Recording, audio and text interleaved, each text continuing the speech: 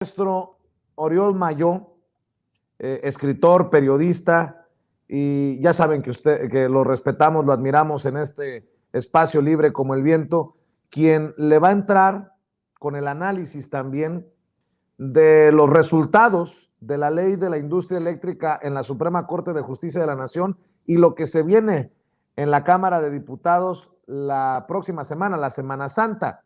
Pero para ponerle algunos ingredientes más a la mesa para que nos ayude con sus comentarios y su análisis, Oriol Mayó, le quiero decir que el embajador Ken Salazar, el embajador de Estados Unidos en México, ha publicado en Twitter: el gobierno de Estados Unidos respeta la soberanía de México y sus procesos democráticos.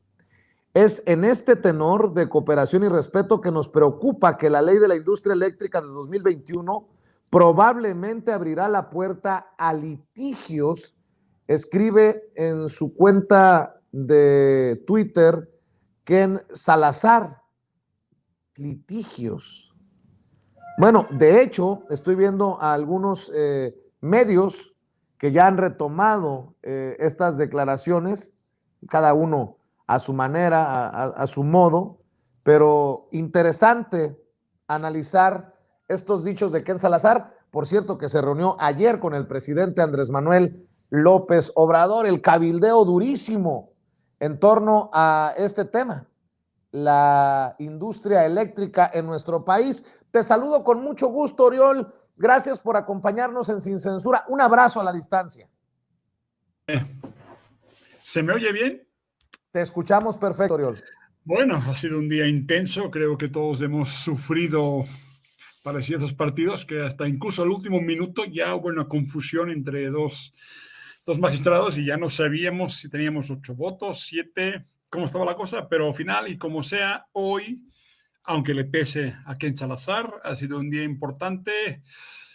Lo es por un tema muy claro. Finalmente la ley es constitucional. No ha habido mayoría suficiente de los 8 votos. No ha sido suficiente para, digamos, desestimar una ley que en lo esencial cambia, digamos, el método de despacho eléctrico en México y permite, finalmente, de alguna forma, que la Comisión Federal de Electricidad, incluso en un esquema donde ya no es monopolio natural, digamos, tendrá la capacidad, digamos, de ofertar toda la energía eléctrica, digamos, de sus generadores en condiciones, digamos, de igualdad y, por tanto, siendo la primera empresa pública de este país, esto va a permitir finalmente que no dependamos, de esos productores independientes, del autobasto, de un mercado eléctrico basado en el marginalismo, el mismo de España, en el cual finalmente acabamos pagando precios altísimos y, por tanto, hay que ir aumentando, digamos, el subsidio, digamos, al consumidor como doméstico. Hoy es importante porque obviamente ha sido muy difícil, no ha sido fácil. Realmente un ministro inesperado, digamos, ¿no?, ha salvado como la situación, digamos, pero tenemos el caso de Ríos Fajar, que obviamente demuestra que aunque tú pongas, digamos, a una magistrada que, pues, en teoría procede de un ámbito progresista, no significa absolutamente nada. Pues si finalmente a Saldívar lo puso Calderón, en ese caso tenemos la contraria. Nos tocó, no sé si el karma, pero nos tocó, digamos, una situación complicada. Obviamente, esa regla de la mayoría, que ahora molesta mucho, digamos, a la derecha, hay un enojo natural. Bueno, hay un enojo, Vicente, están diciendo que no han perdido del todo. Obviamente, el mensaje de Ken Salazar es avisar del litigio, es avisar sobre todo del arbitraje. Cuando hablan de litigio, supongo que si interpretamos a Ken Salazar, está diciendo que el gobierno de Estados Unidos no abrirá un panel de arbitraje, como se puede hacer entre países dentro del Telecán, pero sus empresas se van a ir al arbitraje. Recordemos que el arbitraje son tribunales privados, generalmente formados por 3 jueces o 3 ponentes, en el cual prácticamente por norma la interpretación está en manos de esos tribunales que son finalmente favorables generalmente a las empresas.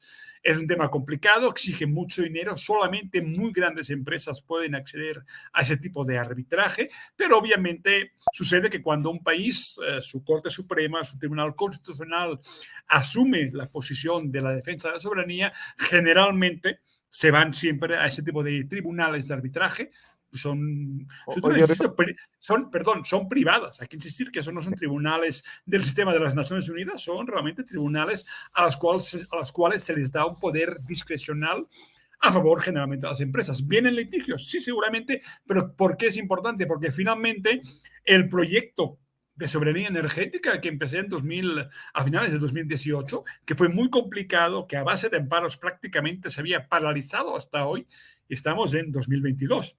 Estamos en el cuarto año del sexenio y ha sido muy complicado vehicular un programa, digamos, que ponga unas reglas distintas a la operación del sistema eléctrico. Y eso es fundamental. Y el hecho que hoy 4 ministros hayan dicho que es viable que esta ley de la industria eléctrica, que se aprobó, pues ya obviamente hace un año prácticamente, permite, hace visible que el despacho, digamos, eléctrico, la CFE lo tenga en unas condiciones distintas. Es muy importante, hablamos de los certificados de energía limpia, que ahora podrán vender las hidroeléctricas de la Comisión Federal de Electricidad, las nuevas reglas de despacho, que insisto, y cosas importantísimas cuando hablamos de la bendita Iberdrola, va a permitir que los contratos con productores independientes de energía, digamos, muchos de los cuales son más que discutibles e ilegales, ahora sí puedan, digamos, cambiarse, como se vio que ya pasó en Monterrey, con la central, digamos, de Iberdrola, digamos, en Monterrey. Por tanto, va a abrir la posibilidad que finalmente tengamos